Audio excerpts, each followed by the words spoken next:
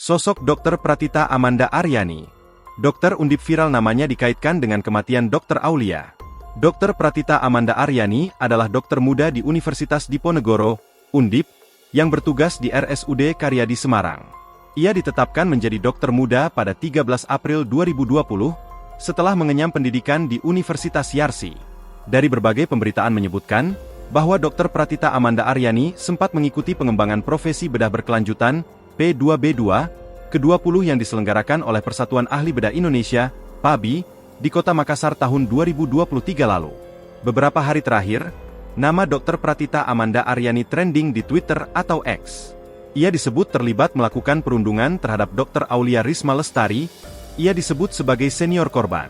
Dilansir dari Tribun Bengkulu, adapun isi chat yang beredar di X itu diduga soal pemberian hukuman kepada para juniornya.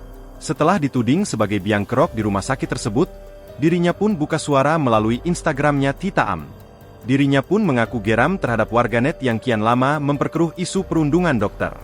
Belum ada tanggapan Pratita lagi mengenai namanya yang viral.